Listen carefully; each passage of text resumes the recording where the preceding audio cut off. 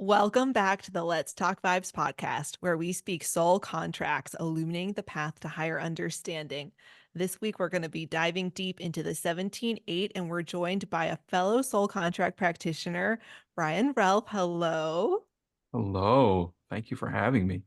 Well, Brian, you are an Interfaith Spiritual Director who uses tarot, Enneagram, soul contract, and Dreamwork to companion and guide clients as they walk their unique spiritual path. I love all these different modalities that you study. I love them too. It really feels like a blessing to get to work in this way, you know. Um, Before we oh, get into the number of the 17-8, I'm just curious, mhm. where did kind of finding soul contracts come along your journey? Like, which was sort of order of operations, if you will? Great question. Yeah. I started with the tarot in my early 20s, and that was a long time ago. Um, and then started dabbling in the Enneagram and Dreamwork. So I learned soul contract about 6 years ago, maybe seven. Okay. So yeah, and interestingly enough, I have the 20-2 in Mm. spiritual goals. And one of the attributes of that is learning a bunch of different spiritual tools and sharing them with the world. So as you can see, I've dove into that full force. Yeah, well, we know we definitely want to do an episode on the tarot, and we were just then saying to you before we started recording, we're going to have to do an episode on the Enneagram now, I since love you have that. that expertise. So get ready, folks. Brian will be back. Yay. And, without further ado, let's dive in. Let's get talking about the 17-8. This is an interesting one because actually we were just discussing as well. None of us have this in our charts. So it's going to be one that we maybe understand a little bit more from a distance or from the people that we know. And so for yourself, it sounds like you have a lot of clients with this number, a lot of people in your life. Kind of give us an overview. What are they experiencing in terms of challenges when they have a 17-8 in their chart? Yeah, the number one theme that I see with the 17-8, it's about emotional suppression and Mm. the invitation to move toward emotional expression through speech or through writing. And yet it requires, it seems to me, a lot of support and love and nudging, if you will, to help someone get to move out of that space of emotional suppression because it tends to be a pretty deep-seated pattern. Mm-hmm. Right. And that Yeah. comes from, right, the main lesson of the 17-8, which is, well, the 17 aspect, right? Which is that Mhm. slavery to dominion. It's about Yeah. having the experience of having probably like dominating parents or people just being so dominant over you that put you in this subservient way where you feel like you jump when they say jump, you move how they want you to move kind of thing. And it's about getting yourself out of that. And it's so much suppressed childhood emotional trauma.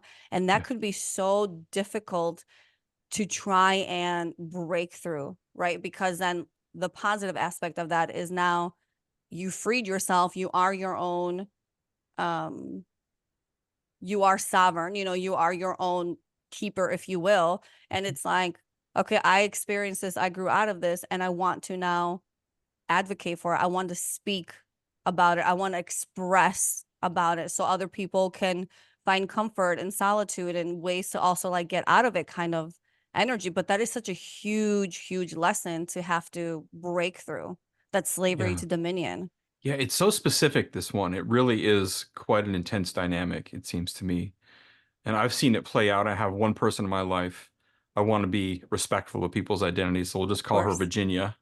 Okay, so Virginia has been um, in this relationship for decades, right? And very much has this dominant, submissive thing going on within it. So much so that, all of us who witness it can see it, but then folks from the outside would see the dynamic and go, "What's going on with these people? This is weird that they treat each other this way."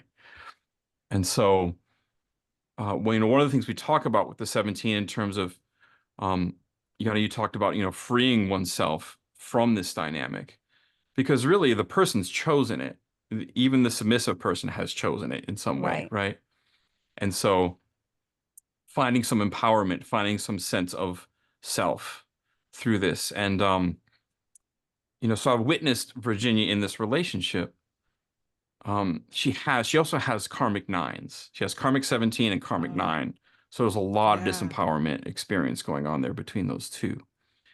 And yet I've watched her over the years begin to speak up for herself, begin to advocate.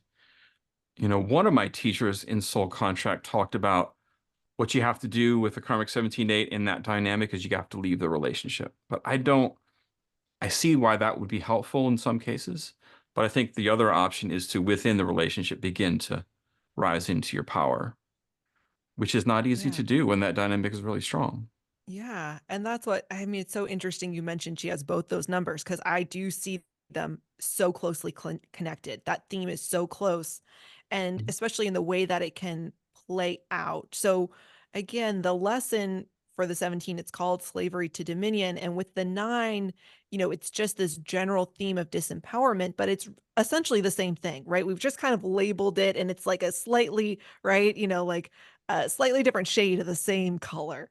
And, one of the examples that's given to both of ways that you can give your power away to someone else. So, Yiannah, if you've mentioned parents, Brian, you've already mentioned relationships, but then the other that's really, really common is that it's to teachers. And so, especially to those of us listening, spiritual seekers, we often can give our power away to spiritual teachers. And I think that that's something that we all need to be really careful of. And I myself feel very grateful that I kind of had this awareness as I started my spiritual journey that actually not all spiritual teachers are great people and are looking to empower you. Some of them want their own egos to be fed and are really happy to step into that role of you're going to follow me. You're going to put yourself in the position of quote unquote slave, which I really don't like to do that, but lesser, subservient. You're going to hand that over to me. And they're happy to just receive it. Now, again, they're not necessarily actively seeking or forcing that on you, which may be the case in some of the parent dynamics or the relationship that might come out a little differently. It's like you came to me and you gifted this to me on a platter. And so I think those are maybe the types of relationships where the best thing you can do is to walk away because that person is probably not in alignment and not going to help you on your journey.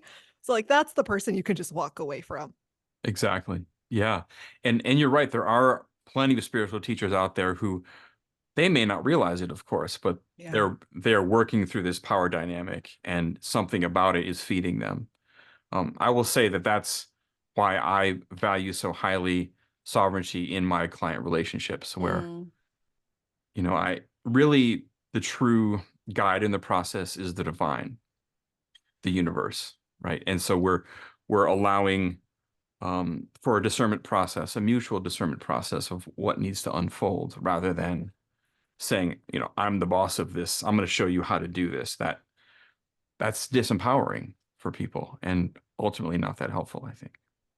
And for me, now again, I don't have 17/8s in my chart. I do in, the letters of my name, the 17 correlates with F and with P. So because Brian, you have it through the letters of your name as well. Mhm. But, I have it there, but I have 9/9 as my spiritual karma. And so I feel like I've come into this work with this awareness that while I can be disempowered, I can also easily disempower others if I don't stand in my own integrity and really make sure to not kind of allow that dynamic. And it can be challenging in the sense of you really have to bring awareness to it because like you say, it can be so subconscious or unconscious and easy to do. Right. Yeah. If you're not aware of it. And it's Yeah. interesting to me to notice the energies that we have in those karmic positions. It can manifest in a polarized way. We can be on the slavery side of this 17/8, or we can be on the dominant side of it. We can be on the disempowered side of the 9 or the disempowering others side of the 9. It's really interesting how it can go either way sometimes. What's so beautiful about this too is the kind of like ties in, like especially in that karmic element, that 8, right? They're that self-sacrificing. So if I have somebody who is dominant over me and I have this 8 in a karmic position within the 17/8, and it's like, well, this is what they want me to do. They think this is best. So I'm just going to do it because I put myself second and they're first, and it makes them happy, so I'm going to follow along. So setting those boundaries and saying, no, thank you, no more. My self-worth is just as important as yours is really like such a huge key to helping us not escape, but helping transmute that like slavery aspect, right? That like someone is dominating over me and ruling over me, but I'm going to take back my own ownership and I'm going to stand for myself. So here are my boundaries. And I hope that you can reach them. And the key is, if you can't match the boundaries that I need where my self-worth is, you have to walk away. Right. Right. And there Yes. are sometimes you will find that balance where like they'll be able to say, okay, fine, I can meet you where you need to be. And there's that beautiful equal relationship. Right. But then unfortunately, with this type of frequency, especially, sometimes the best thing to do is to walk away. Right. And reclaim your own power and your own sovereignty and your self-worth and all of that. And we can't assume that just by ending the relationship that the dynamic within us is going to change. Correct. Right? Like, because this can be a long-standing pattern. It happened in childhood, happens in multiple relationships along the way, potentially. So it's an internal shift that has to happen for it to really change, I think. Also, it's the type of dynamic that can play out between the same souls in multiple lifetimes and incarnations, where they're switching the role of who's doing what. And so that's an interesting thing to think of as well. It's like, okay, well, this is how you handled it in this lifetime, but did you really address and heal that pattern that's been going for many lifetimes? Right. And so, like I said, the big theme for me is that I see in this is about emotions, because we see emotions being so strong with the 8 that lives here with the 17. Yeah. And so emotional expression is what I encourage people towards. And it's interesting how, you know, if you're used to feeling your emotions and expressing them, you could be like, well, why is this so difficult? But it's literally like crippled in some way, or not crippled, but feeling like it's not safe to go there. And that's just not something that we do. And so I've seen this over and over with people, and helping them to feel comfortable beginning to touch into that space. And I think that kind of helps the process, the awareness, right? Once we get in touch with the emotions that are underneath there, then we can recognize that we don't feel good maybe about this submissive role that we put ourselves into, for example. Well, right, because through all those years, you've developed like this emotional armor. I can't break through it. I have to like present a certain way and hold it all in, because I mean, and that's what causes the suppression. But it's very much I almost lost my train of thought. That emotional armor is because of this dominant situation, it causes this emotional suppression, because you kind of have to keep it together. You can't express. The person who's dominating over you isn't there to really quote unquote care for your feelings, so you just shove it in and you keep it here. And we know the 8s, they can't let go. They emotionally hold all their emotions up here. They can't feel them, they can't process them, so they're all just buried here. And it's like this desire, this main like soul desire to just like get to the point where you just need to release it. And when you release it, you can feel it and you can heal it and you can move forward with it. So it can be so challenging, especially with this frequency being in a karmic placement. Right. Yeah. But let's talk about the good stuff of this frequency, okay? Right. What does it look like when people have this as a talent? Do you have many clients who have this in talent, or most of your clients have it in karma? Most of them have it in karma, but I will say that there's one person in my life who has this in talents. And I think it's okay to be specific here. So my ex-wife, we're still good friends, right? Her name is Amy Reed. She has this 17-8 in spiritual talents, if I'm not mistaken. So, how that's looked for her, we're talking about expression in society, right? Is one of the ways this shows up. So Amy is an author. She's written, I think, 9 or 10 young adult novels. Nice. Oh, awesome. And is there a particular theme? Right. Yeah. Right. So the themes of her novels are about the struggles that young women go through in their adolescent years.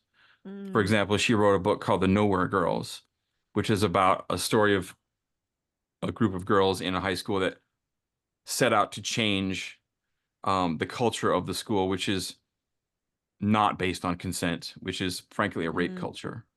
Oof. Yeah. And they really seek to speak out and change this. And so it seems to me that these kinds of themes have showed up in her book, and it's about Yeah. empowerment of women and speaking to what it's like to be in that dominated state. That's not quite the way I would say it, right? But to empower each other, right? So That's so expressing in society interesting. that way. Yeah. And with this number as well, so the 17.8 is one of those numbers that I love how well you can see the themes of each of those numbers that come together really well. So the 17 is really where the expression aspect comes from. It represents Mercury. And then the 8 that's the emotional side, that when we were talking about the emotional expression, and it's also very grounded, it's very relatable. So when these numbers, I just feel like their energies just blend so beautifully. And so it becomes, again, this grounded expression into society, and that you really are here to express. It's sort of like the more that you express of yourself, the more that you step into and become yourself, is really kind of what we see with this number. So again, that's challenging when it's in karma, but how beautiful when it's in talent, and the impact that that can have on others. It really does. I mean, they talk about this being a politician energy, that this is the kind of Yep. person who wants to go out and use their voice to advocate, to make change, to speak up. Amy does write as her primary thing, but she also speaks in schools. So Mm. the expression is happening verbally as well. And it's so interesting how when we're in alignment with what our path is in this life, when those energies are supporting us, it just seems to come together. It just happens kind of on its So own in some easily. way. Yes, I love Yeah. that. And part of like that public speaking is about speaking the truth, right? It's like this, I have to get my truth out. I have to express this thing that's within me, which is very much also that 3 energy and the 5, like they just want to Right. express. Mhm. Yep. So what I also want to say is, just because you have a frequency in a talent or goal position, you still have a bit of that karmic element too, right? So you may still have experienced some of this dominant vibration, dominant vibration, soul contracts, dominant relationship or experience with somebody else in your life, and about claiming back your power. And now you're speaking to it, right? So I wonder if, like, as Amy is writing these books and she's writing these stories and she's speaking in school, if she also had like some kind of experience from it where she's just like, this really impacted my life, and I want to share this and teach and advocate and raise awareness around certain topics, right? So did she experience some kind of some of that karmic element as well? I would say so. Like, I'm Yeah. not going to speak specifically to her Right, story, right. No, of course. but yeah, it's this stuff comes out of somewhere, right? Comes out of life experience. Yeah. And there's that other dimension of the challenge here with 17, which is like, who am I to show up in the world and Yes. The unworthiness. Yeah. use my voice? Unworthiness, which I often associate with 3, Me but it too. shows up again here in the 17. And even if you have it in talents, you likely have to work through a little bit of that to be able to show up in the world. Oh yeah.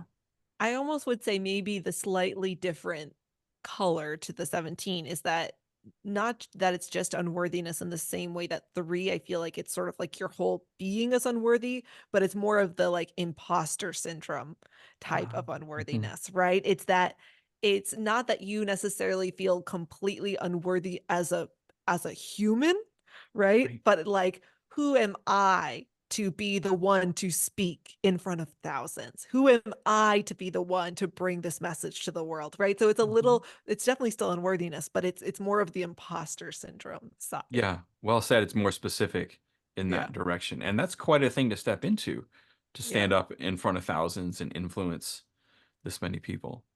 And Yeah. it just kind of goes to show again progression, right? And I'm even just kind of thinking about this for the first time myself now. It's like some of these lower, like lower numbers, but like the smaller numbers. It's like they are maybe in some ways a bigger general theme. And it's like, as you progress through the frequencies, you do get to start to get maybe a little bit more tailored in to something that's a little bit more specific as you kind of traverse that road. So maybe that's part of Yeah. it. Yeah. Yeah. There's one other really specific aspect to the 17 that I learned from one of my teachers. I don't know that Nicholas teaches about this, but I had another teacher named Joseph Severson who taught me about this. So the folks with the 17 can have a strong mediumship gift, especially Mm, if it's in the spiritual triangle. right. That Like totally makes sense. And that's part ability to be a mouthpiece for those who have passed on. and Yeah. that's part of that 8 frequency, right? Their clairvoyance that like I can see and communicate with the spirit world, and that is such a beautiful gift to have. I mean, hello, like I wish I could talk to my grandmother Right. who has crossed over and like, you know, be like, what's up? Yeah, yeah, you know, what's going on? Like she would just tell me, she wouldn't stop. And I would love to relay those messages. What a beautiful gift that this frequency brings in. Yeah. Agreed. And I do have a client who has this in spiritual karma, right? And she has Mm. this latent gift that seems to be there. Like there are energies or souls that will show up basically knocking at her door, right? Ugh, Yeah. And we all think like that, wouldn't that be amazing? And it could also feel like a burden, right. right? And so it comes back to that theme of boundaries that you were talking about before, Yeah. Mhm. where like I'm available for this right now, I'm not available for this right now. That's been a big theme that I've seen be important in that experience. You know, I Yeah. have a spiritual teacher who is just so important to me, and she also speaks in front of groups of people all the time. And she very much says just that. She says, you know, if I'm not working, I don't want to be bothered. I still have my own stuff. I'm still trying to, you know, she's like, if I'm not seeing you until 8 o'clock at night, well, they're next to me in the cars. I'm driving around doing my errands or having conversations with people and they're trying to get information. And she's like, you know, you have to set those boundaries. I can't be on 24/7. That's right. So, and it's Yeah. funny because you hear that and you're like, oh man, if I had that gift, I would love to have it on. But then you have it and it's so beautiful. And then you realize how all encompassing that is. And Right. you've got to set those boundaries. And Yeah. it sounds funny where you're like, you have to set boundaries with the spirit world. And it's like, yes, Hmm. Yeah. Yeah, because totally. you're sitting there having lunch with your friend, and then all of a sudden something wants to come through you, and that's not the time for it, you know, Right. necessarily. So it is pretty fascinating. I Um, feel that way just like with my 15/6 energy because I really associate that as like my brain that won't shut off. As sometimes I think of it as like the 15/6 and the 12/3. It's both of them together.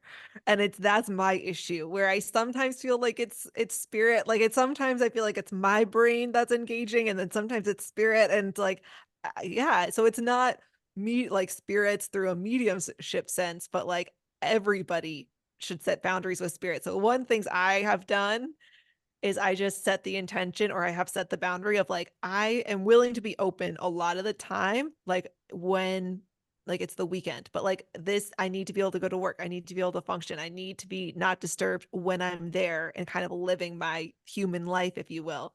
So like the example you give, like, oh, when I'm running my errands, like that to me would be like, no, when I'm at home on the couch, come on in. But like not uh-huh. not when I'm driving because I could get in a car accident if I'm distracted by you being there, you know? That's kind Yeah. It's of my amazing. boundary. Hmm. Yeah. So I'm curious to hear from you all. Are there any particular approaches or tools that you recommend for people who are having a challenge with the 17/8, or maybe they have in karma or something? I'm not thinking of anything specifically like 17/8, but generally when it comes to this idea of power and reclaiming your power, boundaries is a really big one. Hmm. The analogy I like to give is every time you set a boundary or you enforce a boundary, right? That's a drop in the bucket every single time. So just keep doing it. Keep creating them and keep holding them. So that's a really big one. And then the other is like with decisions that every Mm. time you kind of own your own decision and claim a decision, that's you owning your power because every time you give a decision away, that's you giving your power away. And not the small things like what are we going to have for dinner for tonight? But just like bigger, like, oh, what should I do with my life? And some of us, that's kind of goes back to that the slavery to dominion lesson of the 17, it's really easy to just give that away to someone else because it's hard to sometimes have to make those decisions. It's a lot of pressure and it's a weight off to feel like that's not on you to have to do it, but that's also you giving your power away. Mm-hmm. You know, what I want to add to that too is this frequency can be a very ungrounded energy, right? We know the eights can be very ungrounded. And as much as that, like that lack of self-worth can creep in where it's like, who am I to express and speak? But it's also, who am I to heal? And the eights really need you to heal, right? And we can't heal something if we don't feel it, right? To heal it is to, or to feel it is to heal it. And so what I find to be very helpful for this frequency is telling people, find that emotion, find that memory, that suppressed trauma, and like zone in on it and feel the feelings. Does it make you mad, sad, angry, scared? Like, what is it? And sit in that feeling, feel it in your body, not just right here. Don't dismiss it, sit with it and try to work through it. Try to like feel it enough to where at some point you go back to that same exact memory, that thought, and it's like very neutralized. And what happens is, I think as you start to do that and you ground yourself every day, right? Go for a walk, be in nature, cook with real ingredients. A deep cleaning is also very much a grounding exercise. But as you do these things and you combine this grounding and this feeling your emotions, it's about the setting of the boundaries, right? Even with yourself, with your thoughts, set those boundaries. As you do all that, you really do come into this beautiful expression of yourself and being able to share that with other people in such a way that impacts them and makes a difference and cultivates change. And that is just like, again, just a drop in the bucket. And it sounds so simple, and it is so simple. It's just about us being able to like get in it. I'll say I have karmic eights. And again, just because you have a number in karma doesn't mean you experience all the elements. I've always felt and like my emotions have always been very strong. Of course, that is also my sensitive fives. Okay. But even for me, like as I had gone through, I had a dark night of the soul, 2 of them actually so far in my life. And even processing through it, it's like, as in touch as I feel I am with my emotions, I really had to get to a point where I was like, no, I need to feel this. And even today, I had a conversation with a girlfriend and she said something and it really struck a chord. I mean, she was just sharing this story of this podcast she was listening to and whatever the topic was.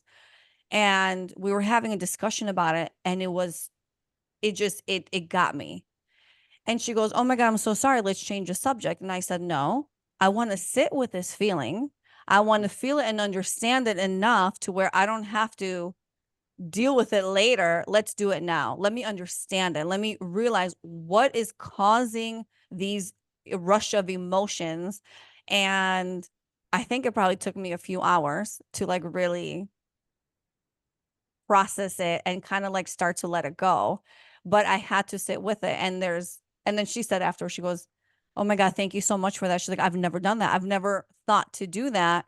And now you're giving me a different perspective and I'm still in my moment, right? So I can't even like appreciate what she's saying, but it's true. It's like, just sit with it and you will start processing it and releasing it. You just want to release it so you could feel light. So you don't have to carry all these heavy burdens and you could just be free of them, let go mentally, emotionally, energetically, all of that, and just move on.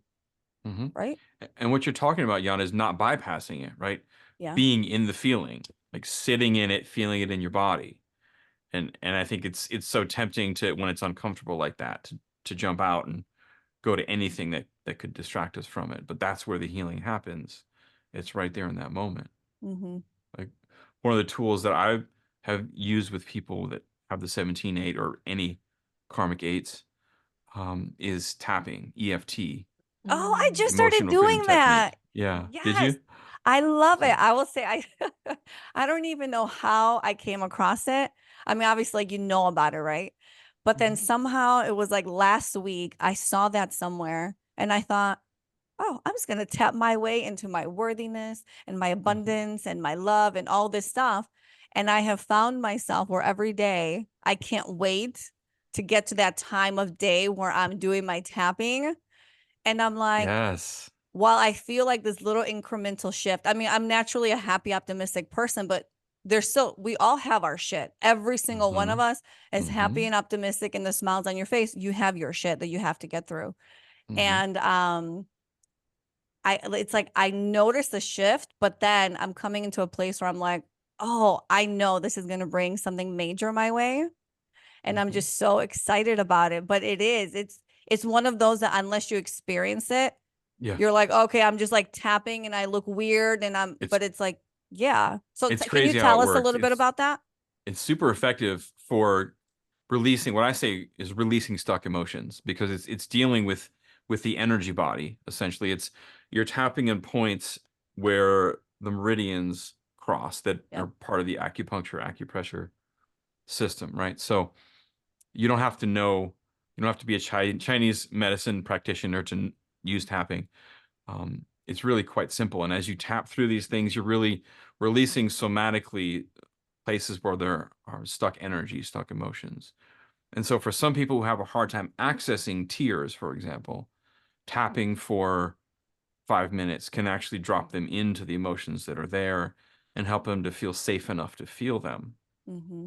Or if there's a challenging, limiting belief or something, it feels really icky, some sense of unworthiness, for example, like we've been talking about, tapping through that can sort of help to shift, to find some empowerment or some release of that difficult experience. So it's really remarkable, these tools that folks have discovered, devised, channeled.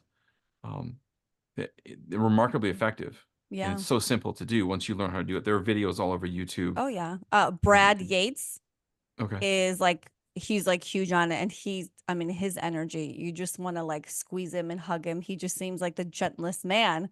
But he has countless videos on literally they're like 10-15 minute videos on tapping on different um emotions and difficulties and all that. And it's amazing. And what's interesting is, so Laura and we've done divine healing.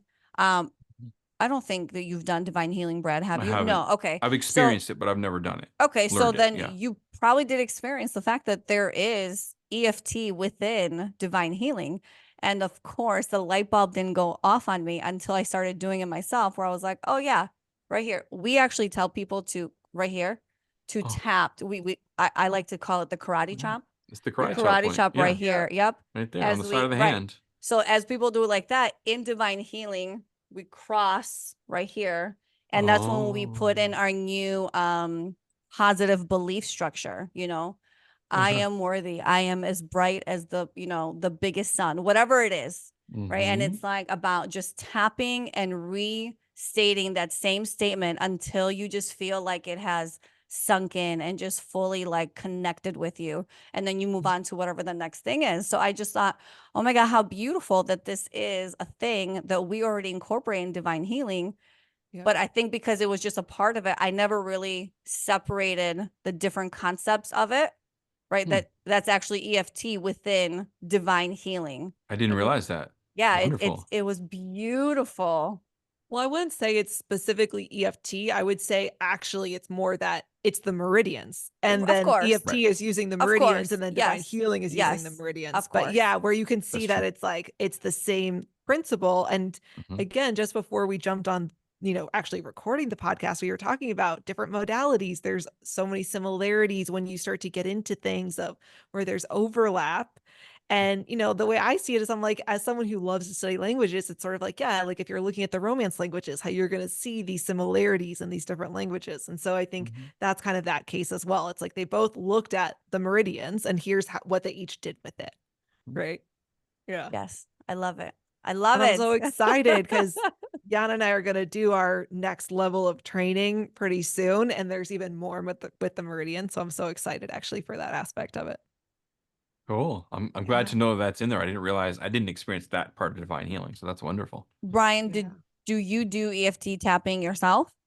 I do. Yes. Do you Yeah. have any eights? I know you don't have a 17-8, but do you have any eights in your charts? I have 8s in spiritual goals.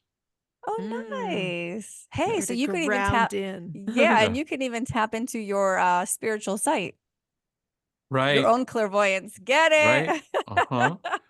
Yeah, interesting. I associate any sort of spiritual gift I have in that regard with all my fives, but you're right, they're there with the Mm. eights as Mm-hmm. well. So yeah. I think what people tend to experience with me is I have sixes in all of my talents. So Oh. Oh, so people tend to experience me as being very grounding for them, even if I don't feel grounded myself.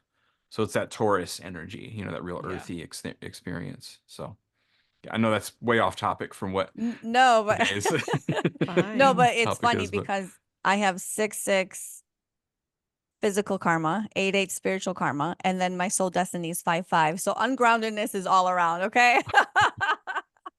yeah. But that's the beauty of knowing your soul contract chart, regardless of whatever frequency you have, you know it, and it's not to live by it and live your life by it, but it's such a beautiful like reminder of like refresher of like a support and a guide.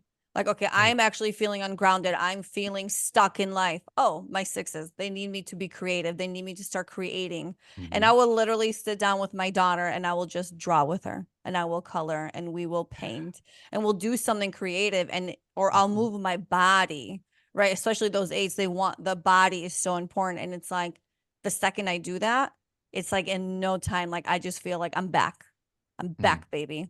Mhm. And it's like it's such a good feeling, but knowing your frequencies and knowing like the major characteristics of them and what they entail and what they need for you to like keep going is Right. so important because it can really help you just keep guiding you and moving you forward in life.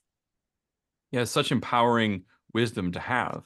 I mean, what I love about Soul Contract is it shows us we have this chart that we see, but it isn't a sentence. It isn't like, okay, you're stuck with this.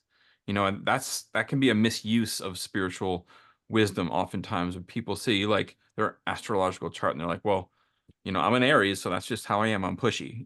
Right. But Yeah. Not but us three. no, never. Um, but with Soul Contract, it really shows us like, hey, here are some challenges you have. Here's why they're there. This is why you've been experiencing this your whole life. And here's what you can do with that. And you can turn this into gold. You can turn this into a gift. And I Yeah. find that to be really empowering. I just love Of it. course. Yeah. I mean, I think the thought of we don't have to be stuck in our challenges and our karma and our shit. No one is meant to be stuck. We're all meant to thrive. And it's like once you're able to like believe that I don't have to be stuck, I don't have to suffer, I don't have to be in lack mentality or lack abundance, then it's like, okay, if I don't have to do that, what can I do to get me to where I want to be? And once you're in that mindset, you're winning because now you're actively putting your energy into bettering yourself and your life and everything around you. And you will see the result of that. So it is such a Agreed. beautiful thing to have and to share with other people and to know for yourself what that means. Yep. And it's so specific to you, right? Each person's chart. I've never seen a chart that's identical to another chart. They're always Yeah. some different flavor, right? Yeah. And I Yeah. think that's the thing as well. It's like, what else do they have as their talents? Because I'm the type of person who I really love to point out, this is how these energies are working together. So when you get stuck in this element of whatever you have in karma, remember that you have this in your talent, which gives you the ability to do XYZ. So in those moments, lean on that, pull into that, pull from that to help you get through. Right. Yeah. Right. So for me, all my talents are sixes, so it's creativity, right? It's Yeah. go make some music, and that seems to loosen everything else up. Yeah, my physical talents, they're the four, so it's really just like trust. Just trust. Oh yeah. Wait, Yeah. Lauren, you don't have fours in both of your talents? No, not in both, but I You- only have talent fours. So in my various charts, like in my birth name, it's physical talent 4/4. In And your my spiritual common talent? use name, it's 13/4 in the spiritual talent. And then in my optimized name, it's 22/4 in the physical talent. So I only have talent fours. That's helpful. That's good.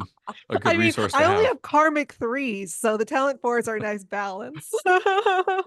See And that? Yiannah, I think you're the reverse, right? Yeah. You have talent threes. In both of my birth name, physical and spiritual talents, I have 3-3. So for me, getting out what I need to say is so important. That's why like those A's, they have like, they don't stand a chance because like I can't keep down what I'm feeling or those emotions. I got to get them out. And it's like, yeah, I'm expressed. And it is this beautiful creative energy, right? And you're co-creating, and music. My 3s like connect to music like no other. Like when I just hear a song and it's like the lyrics, those lyrics hit me, and I'll look at someone and I'll be like, is this not the best song ever? And they're like, yeah, it's okay. And I'm like, what do you mean? Like, don't you feel it in your bones? Because my 5s also, right? They feel everything. So it's like you feel the words and the melody, and it speaks to you, and they're like, okay. Speaking of 3s, and now this would work really well for the 8s as well, but for some reason I associate this modality so much with a 3. I don't know why, but it's breath work. And that's something that I'm not an expert in, but I've been like starting to get a little bit more interested in and wanting to develop just over this past weekend. I basically did a spontaneous self-led breath work session in Nice. bed at night. And like when I tell you, it's like you feel kind of that heat from your body, which in divine healing we talk about when you're hot, it's basically the life force that's been holding on to a program that you've released. That's why you're feeling the heat. And I'd done a divine healing session earlier in the day. And so I was associated with that. I was like, whoa, stuff is leaving, stuff is how it's like my body almost like froze up at a point. And then my ears. And I was just like hearing kind of like tones and sounds, and then like a really high pitched. And a couple days later, I was doing, the swap with the person I'd done divine healing with, and then delivering a session and telling him about it. And he was like, oh, that's like tuning forks. Like they were tuning you. Your team was tuning you to a higher frequency. And I was like, that is exactly what it sounded like. I couldn't have put the words to it at the time. Like that was exactly it. And so, we were talking about the EFT, but I just kind of want to throw in there breath work also, which again, I don't know why. I think because of the breathing and the deep, and I just associate it with the depths of the 3, but the 8s, it also helps you get into your body. So it's Yeah, so great absolutely. for Yep. both. Yeah. Yeah. And I mean, it's very similar to, different to EFT, but I think kind of what you get from it, the releasing of the emotion, it's very similar. Yeah, and the breath work is very good for bringing you back into your body and the awareness of you, and like so the 8s needing that. I mean, everything is centered around the body, right? So needing that breath work to come in, needing for you to just ground. That is such a beautiful example of something to really help the 8s and the 17-8 in this example. It was like, find the words, find The the word words. is in my mind, okay? It's just not coming out. I mean, of course, on an episode of Expression, you have to like lose your words at some point. Right. But it's so interesting as we've been talking. Like obviously there are numbers that I associate a lot with speech and expression, right? So the 3s are all about communication. The 5 is about speech. The 17, like there's such a close connection between them, but I hadn't really put together until this conversation how all those numbers are also so tied to the emotion and expressing your emotion, right? So the 17-8, especially because of the 8 expressing how you feel. The 5 is known as very, very sensitive. Now, typically we say it's more about speaking your truth, but it also, there's so much to the feeling as being a sort of a sensitive number and how they do feel. And the 3s, again, they feel so deeply and need to express. So it's really interesting how there can be these crossovers and themes. Right. So that sensitivity in each of those numbers becomes a gift if we express it, if we share it with others in some way. Yeah. And I want to say, like, people, there is like this like negative connotation to like sensitivity. I love my sensitivity. I love the fact that I can tap into my emotions, that like I can help heal and feel and like all that. And it's like, it is such a gift and it's so beautiful. And I think also like there's that aspect of like people are like, well, that's just who I am. And it's like, well, we're all some kind of way, but tapping into that and being able to express it and release it and share it is so beautiful.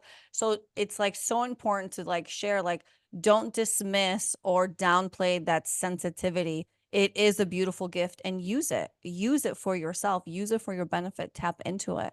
Release. I can go on all day. You guys want me to keep going? I can go on all day, okay? Anyway, There's one aspect of this number we haven't hit on yet, and that's when we see this number, the 17, especially in the goals, that's about finding universal brotherhood. And so again, talking about that sensitivity, right? Like that is in my mind kind of like the key to universal brotherhood is to like Mhm. feel what your neighbor is feeling or to be able to understand and have compassion and sensitivity for what they are experiencing. And, speaking of the force, that can be very self-centered, right? It's just kind of about me. It's like you have to see a we, not a me. Mhm. Right. It's like it's that empathy that happens through the heart connection, and Yeah. that is what creates the sense of brotherhood, sisterhood. And if we really lean into that, we can extend it far beyond our circle of friends or family, and it can extend to the whole world if we are willing to go there. Yeah. oh yeah. I see it as like kind of, number that's like road to unity consciousness, right? That's kind of what Oh, that's about interesting. for So me. like back to the 10-1 or something like that. Yeah, it's so interesting. With these numbers, like in traditional numerology, you take a double digit number, you look at it as like single digits, like 17, you would look at like a 1 and a 7 as like and then like it's really about the 8, but then also with a bit of 1 and a bit of 7, right? 17 doesn't really exist on its own. And I don't usually think about that with this system at all because that's not part of this system, right? 17 is its Right. own number. But just in what we're talking about now, I see it, right? Because the 1, again, that unity and unity consciousness, the 7, the Mhm. heart connection that you're just talking about. Right. I'm like, Mhm. I was like, oh, there's actually something to that, at least in this case Yeah. for this number. Yeah. Good point. And I will say that there's a lot of similarity in what I see with folks who have 17-8 in karma to folks who have 7 in karma, because Mhm. there's a bit of reluctance to share what's going on internally. The internal emotional world is sort of guarded in a Yep. in a way, in a different way with each of them, but it has that similar theme. So I didn't know And that about traditional numerology. So thank you. I've learned something something else today. But yeah. to add to that, both of those frequencies require that healing aspect. And we know that when you heal yourself, talking about brotherhood, when you heal yourself, it really is this ripple effect. Yeah. And everybody around you feels it. And it also is healing for them. And it's like, if you do just focus on you, and it's like when we want other people to change, you really need to do that work within yourself, It's an and inside then job. you'll watch how everything else around you changes. Right. And it's very much like focusing on that healing and Mm-hmm. processing your emotions is a huge part of like allowing you to do that. And as you do that, you will see that ripple effect into society, and it is so beautiful. Yeah. Speaking of that inside job of doing your own healing, have y'all ever heard of something called the healing code? No. I feel like I've heard it, but I do not know what it Right. is. So it's a system, or it's a technique. It's involves some prayer, some affirmations, and you're almost like doing Reiki on yourself with these different hand positions, like energy Uh-huh. self-healing. But it's really effective for shifting limiting beliefs. So there are limiting beliefs associated with each of these numbers in soul contract. Yeah. So like with 17, it might be around worthiness, or that it's not okay to speak up, something like that. Right. And that's something you can take into the healing code and then begin to shift. And what it does, it seems to sort of reprogram the subconscious mind in a really interesting way. So the person I got introduced to soul contract by also introduced me to the healing code. So I Mm, sort of married them together. And in my own mind, in my universe, they're like Yeah. kind of go together. But that. And that sounds very much like what divine healing is. That's really what we do with that work. And, having started with soul contracts all the time, I'm thinking about the numbers and the energies. And, especially if I've seen someone's chart and then we're, doing a session together and I already know that there's 3s, which have to do with unworthiness. And then that's the first thing that kind of comes up. I'm like, yeah, of course. Or, 7s and being seen. It's like that fear of being seen. Or it's like, yeah, you see these big common themes in the numbers, and then divine healing's a great way to go in and address that. It's a brilliant system. Yes. I Yeah. love it. Listen, we're all doing the same thing. We're using a different modality that's tweaked just a little bit different. But at the end of the day, we're all here to just heal. We're here to find our way back to our connection to source. We're just here to be like the best versions of ourselves. And it's so beautiful when you have people who are so driven with joy to learn and to share that, right? Look, you've got your fives, like that teacher energy, right? It's like you just want to share, and you want to like be like, oh my God, I know this thing that works. And like, even for me, like I will share things that have worked for me, right? I don't just share anything because I'm like, I want to make sure like it's a thing. And Exactly. it's Yeah. like sharing that. And that's part of the expression, right? It's like, I found this thing that works so well and it's very healing. Do you want to know about it? Do you want to like participate in it? Do you want to learn how to do it, or any of that? Mhm. And it's just, I mean, that's what this whole life is about. We're all just here to, especially with the 17-8, come together, like speak up for everybody, speak up for yourself, speak up for source, and like the connection, and just heal and grow, and just like, Mhm. we're Yeah. going to get there one day, you guys. One day at a time. We just Yeah, one day keep at a showing up time. and doing our own work. Yes. That's the primary Yeah. thing. Yeah. Okay. Yeah. Any final beautiful thoughts on our 17-8, or do we feel like we have done it justice? I feel like I've said it all. Same. If you have 17-8, find what you can do to speak about your emotions or write about your emotions. Speaking and writing is everything, Mm, Yeah, and it can bring so much healing. Yeah. absolutely. beautiful. Thank you, It's the Brian. path to freedom, right? Yeah. You know, and Yeah, exactly. Yeah. Brian, thank you Hallelujah. for joining us. Can you let people know, our guests know, where our guests, let me do that again. When you asked about editing, right? Can you let our audience know where they can reach you? Yeah, thank you for asking. My website is soulgrowthcoaching.com. And that is also the name of my business, my practice. And so you can also find Soul Growth Coaching on Facebook.